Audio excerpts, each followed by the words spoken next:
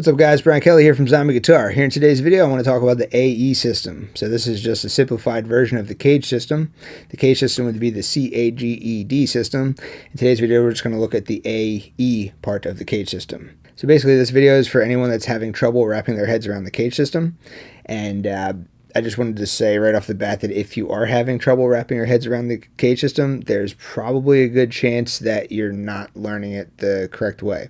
Because if you are learning it the correct way, it's very, very, very easy. It's the internet and all these weird ways that, I don't know, gets posted around the internet and stuff like that that leads people down the wrong path, for which people will think that the CAGED system is complicated, which it is not. It's a very, very simple system. All right, so let's look at the CAGED system now. The CAGED system is these 5 shapes. You have to look at the shapes according to their intervals, the 1s, 3s, and 5s. That's how it all starts. So we're not going to be worried about the C, the G, or the D shapes. Today we're just worried about the A shape and the E shape for this lesson. So the A shape, anytime you have your root note location on the A string, that's when you would play the A shape. Anytime you have your root note location on the low E string, that's when you would play the E shape. All right, so let's start off with the E shape. All right, so right here I'm going to play an A major chord in the E shape. The reason it's an A major chord is because the root note right here is the note A, 5th fret of the low E string. And then this shape right here, this is the E shape. The reason it's the E shape is because it comes from this E major chord here. You don't have to bar these strings out here because they're open strings, so you just play an E major chord like this. Alright, and then if you move it up, then you do have to bar it. Now it's an F major chord in the E shape. Move it up again, it's an F sharp or a G flat major chord in the E shape. G major chord in the E shape.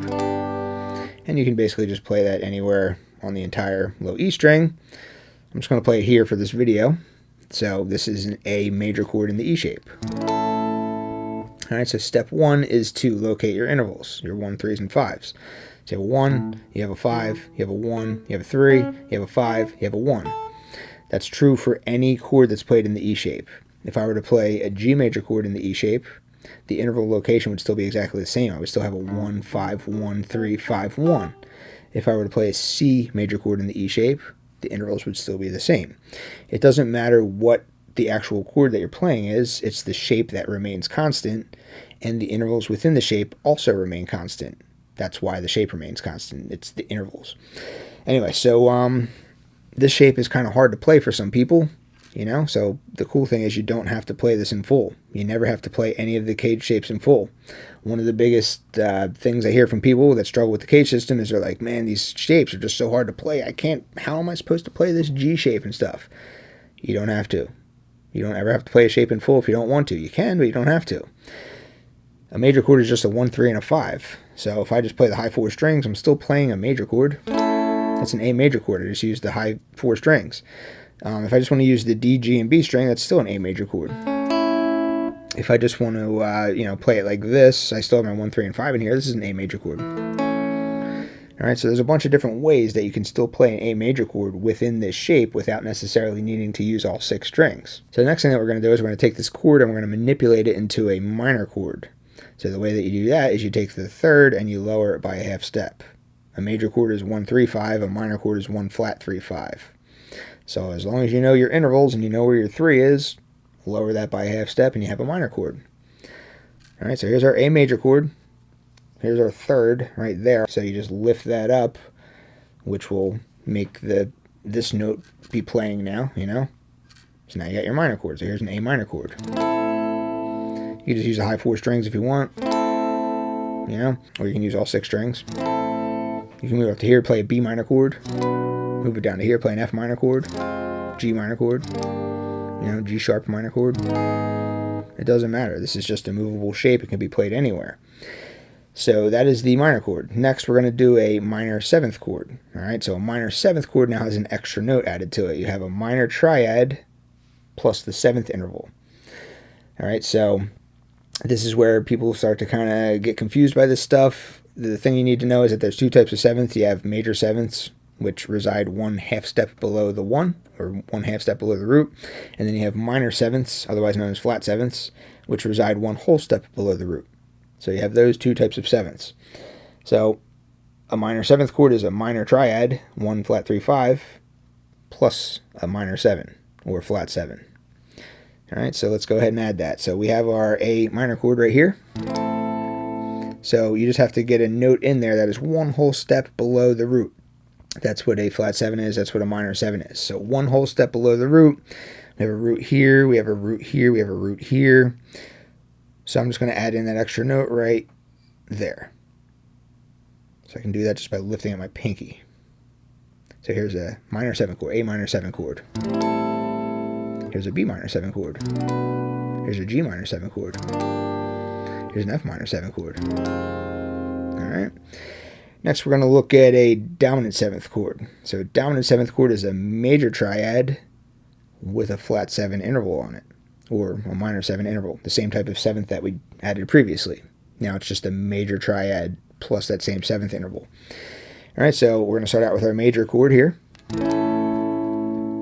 already know where that 7th is. We already figured out that we can add that minor 7th or that flat 7th to this particular shape by lifting up your pinky.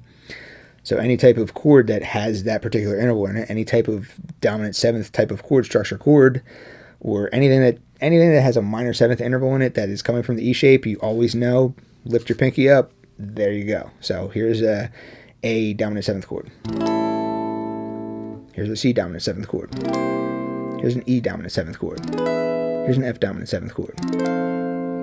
All right, so now we're going to do a major 7th chord. So a major 7th chord is a major triad with a major 7th interval. This is super, super important to understand that a major 7th interval is not the same thing as a minor 7th interval. And a major 7th interval is always going to be indicated in the chord symbol by the word maj. If you see the word maj in the chord symbol, that says we have a major 7th interval in there. It doesn't matter what kind of chord it is. It could be a major 9th chord. You see that word maj in there, that's saying that that chord has a major 7th interval in it. All right. This would definitely be the time to kind of just tell you that you should probably know your rules of chord construction. Major chords, minor chords, that's easy. Once you start playing 7th chords, 9th chords, stuff like that, you want to know the rules of chord construction. I made a video, it's called The Rules of Chord Construction. Check it out. All right, so major 7th triad plus a major 7th interval makes a major 7th chord. All right, so here's our major chord. Major 7th is 1 half step below the 1. So here's the 1. There's a half step below it. So this is a bit tricky. This is a tricky shape to play major 7th chords from. You're going to see that once we get to the A shape, it's a lot easier to play major 7th chords. I always play major 7th chords from the A shape. Just a personal preference, but you can still do it from this shape. So we just got to get this note in there. In order to do this, we have to kind of rearrange our fingers. So here's that major 7th, here's that 3rd, here's our 5, here's our 1. So that's how that's done. So that's an A major 7 chord. Here's a B major 7. Here's a F sharp major 7 or a G flat major 7. Here's a G major 7. All right. So the last example that we're going to look at with the E shape is going to be a 9th chord. Not to be confused with an add 9th chord. This is a 9th chord. An add 9th chord means that you have your triad and then you just add the 9th on top of it. So it would be a 4-note chord. A 9th chord, on the other hand, means that you have your 7th chord structure in place with the addition of the 9. So an add 9 chord and a 9 chord are similar, but they're not the same thing. A 9 chord is a 5-note chord. The cool thing about this is if you know the rules of chord construction, which you will learn if you watch that video that I linked you to, then you know that you can take any extended chord and you don't have to play all the notes. The only required notes are the 3rd, the 7th, and whatever the extension in the chord symbol is. So for example, if you have like some crazy chord like a 13 chord, let's say that you have a major 13 chord. All right. A major 13 chord would have a 1. It would have a 3. It would have a 5. It would have a major 7 because it has maj in the chord symbol. All right. So it would have a 1, 3, 5, 7. It would have a 9. It would have an 11 and it would have a 13. That's a 7-note chord. You don't have 7 fingers. So it's physically impossible. I mean, maybe it's not impossible. You could maybe use both hands and a couple toes or whatever. I don't know. But you don't have to, you know. You can drop the 1. You can drop the 5. You can drop the 9. This is hard to do. And then you can drop the 11. That's all you need. That's a 13 chord right there. You need the 3, you need the 7, and then you need the extension that's listed in the chord symbol. So right now we're trying to play a 9 chord. Not an add 9 chord, a 9 chord. that has a major triad. It has that flat 7, that dominant 7th chord structure, right? It doesn't say mage, so it's not a major 7. It's the other kind of 7. It's that flat 7. And then we have our 9. So if we need to, we can drop the root, we can drop the 5th, and then we can do it that way. So let's see how this works out. We may not have to. We may have to. Who knows? Let's see how hard this is to play. So we have our 1. We have our 5. We have our 1, 3, 5, 1. So a 9, and 9 is the same thing as a 2, which can be found a whole step above the root. So I guess the best place to do that would be up here. Here's our 1. So that's going to be that 9 up there. And then we have to get the flat 7 in there, right? Because this isn't an add 9 chord. This is a 9 chord, otherwise known as a dominant 9 chord. So we already know that we can get that interval in there by lifting up your pinky. Now the pinky's available, so you can now play that extra note, that 9. So that actually wasn't too bad. So here's a dominant 9 chord, or a 9 chord, or an A9 chord, a bunch of different names for it. Here's a B9 chord, or B dominant 9 chord. C dominant 9 chord. G dominant 9. Alright. So that one actually wasn't too bad. That was an extended chord, but we didn't need to drop roots or fifths or anything like that. We were able to get them all in there. Alright, so that was the E shape. Let's now look at the A shape. Alright, so the A shape, if you don't want to use CAGED speak, you can just call this a bar chord rooted on the A string. You've seen this one before, right? So this is the A shape. It's so hard to get that string in there. There we go. I've been playing guitar for over 30 years, and it's still hard for me to play this full 5-string major chord shape. The cool thing is you don't have to, right? Because as long as you know where your intervals are, you have your 1, you have your 5, you have your 1, you have your 3, you have your 5. Any combination of 1, 3, and 5 makes a major chord. So here's a D major chord. Here's a D major chord. Here's a D major chord. Here's a D major chord. Any combination of 1, 3, and 5, you know? What you don't want to do is you don't want to push this finger down so hard that you end up hitting this note on the same fret. Not that that's a bad sounding chord, it's a great chord and everything, but you're no longer playing just a major chord anymore. Now you're playing a major chord and then you're adding in an extra note. Alright, so that's your major chord. Let's now play a minor chord. Alright, so a minor chord is just a major chord with a flattened third. 1, 5, 1, 3, 5. Alright, so the 3 in the A shape always resides on the B string. Lower that a half step. Here's a minor chord. Here's a D minor chord. C minor chord. F minor chord. A minor chord. Alright, movable shape, can be played anywhere. Next is going to be the minor 7th chord. Alright, minor 7th chord is a minor triad. 1 flat 3 5 plus a minor 7th interval, or the flat 7th interval. The interval that's one whole step below the 1. So here's a 1 here, here's a 1 here. So that looks like the 1 I'm going to use to kind of add in that 4th note. A whole step below that, there's that note. So that can be accomplished by lifting up my pinky. Right? So here's a minor 7th chord. This is a D minor 7 chord. It's an E minor 7 chord. B minor 7 chord. Alright. Next we're going to look at the dominant 7th chord. Dominant 7th chord is a 1, 3, 5. So it's a major triad, and then you have the flat 7 interval. That same interval, that's one whole step below the root, otherwise known as a minor 7th interval. Alright, so we have our major. We already know that if you remove that note right there, that 7th interval, that flat 7, that minor 7 is one whole step below it. So we can just kind of go like this. Kind of arrange your fingers like that. Now you have yourself a 7th chord. That's a D7 chord, a D dominant 7th chord. There's an E dominant 7, F dominant 7, F sharp dominant 7, G dominant 7. Can be played anywhere. Next is the major 7th chord. Major 7th chord is a 1, 3, 5 with a major 7 interval. You know that this major 7 interval is in there because it's going to be indicated on the chord symbol as maj. If you see D, maj, 7, that's letting you know, hey, there's a major 7th interval in there. It doesn't mean that it's a major triad. Maj is telling you that the interval is a 7th interval. There is such a thing as a minor major 7th chord, that is actually a thing. That means it's a minor triad with a major 7th interval on it. We're not going to be talking about that for today's video because it's not a super common chord, but just understand maj refers to the 7, not the triad. All right. So we're trying to play a major 7 chord. We have a 1, 3, 5, and then we have our major 7 interval. That's the interval that is 1 half step below the 1. So here's our 1, here's our 5, here's our 1 half step below that 1. There's that major 7. And then we have our 3, and then we have our 5. Here's a major 7th chord, D major 7, C major 7, G major 7. It's a lot easier to play major 7th chords rooted on the A string. Or in other words, it's a lot easier to play major 7th chords when they're coming from the A shape than it is to play them coming from the E shape as in the previous example. All right, so finally we're going to play a major 7 sharp 11 chord. All right, so this can look like an intimidating chord if you've never done things like this before. You see these 11s and sharps and 7s and stuff like that. But if you know the rules of chord construction and you understand how this stuff works, then it gets a lot easier.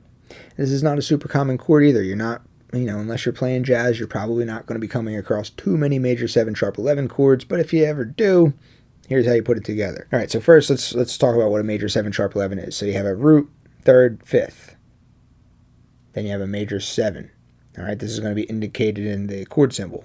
It's going to say maj, M-A-J, and then you're going to have your little 7 there, and then it's going to say sharp 11. All right, so you have your 1, you have your 3. It's not a minor 3rd. If it was a minor 3rd, it would have an M in the chord symbol. Again, this is all explained in that video, the rules of chord construction, so there's not going to be an M in there. So it's going to be a major 3rd, not a minor 3rd. So 1, major 3rd, 5, major 7th, because the maj is in the chord symbol, 9, sharp 11. Those are going to be the notes that make up a major 7 sharp 11 chord. If you need to, you can drop the root, you can drop the 5th, you can drop the 9th. So you always have to have the 3rd, the 7th, and then the extension that's listed in the chord symbol in order to make the chord. So we may not have to drop all of those, but let's see how this turns out. So you have your 1. Where's the sharp 11 at, first of all? So sharp 11, that's always going to be a half step below the 5. So I have a 5 up here, so a half step below that is right there. So that's where my sharp 11 is going to be found. We don't need to worry about the 9. We can, but you don't have to add it in there, so I'm just going to forget about it for now. So I know where my sharp 11 is. So I have my 1, my 5, there's my major 7. So my 1, 5, major 7, 3, and I got to get that note in there somehow. All right, so what can I do? So I don't need the 5th. All right, so that, boom, there we go. We got a major 7 sharp 11 chord. I just had to rearrange my fingers a little bit, and I didn't even have to add the root in there either. I could just, keep my major 7th in there, keep my 3rd in there, keep the sharp 11 in there. That's a D major 7 sharp 11 chord. It's a rootless D major 7 sharp 11. If you want to go ahead and get the root back in there,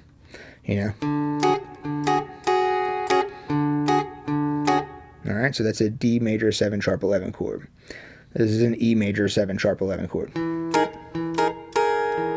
Here's an F major 7 sharp 11 chord. All right, so you can play any chord.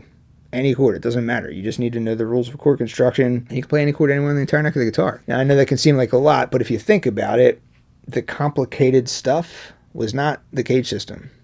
The CAGED system is the easy part. That just gives you your starting shape. You're like, oh, there's an E shape. Oh, there's an A shape. Okay, that's the easy part. Oh, recognizing, memorizing the intervals where the 1, 3s, and 5s are in it. That's not that hard either, Like, it won't take you that long to memorize 1, 5, 1, 3, 5, 1. It won't take you that long to memorize that. That's the easy stuff. The rules of chord construction is the hard stuff. But that's not the CAGED system. That's something different. Understanding the rules of chord construction allows you to make these manipulations to chords. The same difficulties are going to happen anywhere. If you're a piano player, and you want to play a major 7 sharp 11 chord, you have to know the rules of chord construction. It doesn't matter what instrument you're playing. The rules of chord construction is the tricky part. The CAGED system is the easy part. All right, so hopefully that helped. Take it easy. I'll see you next time.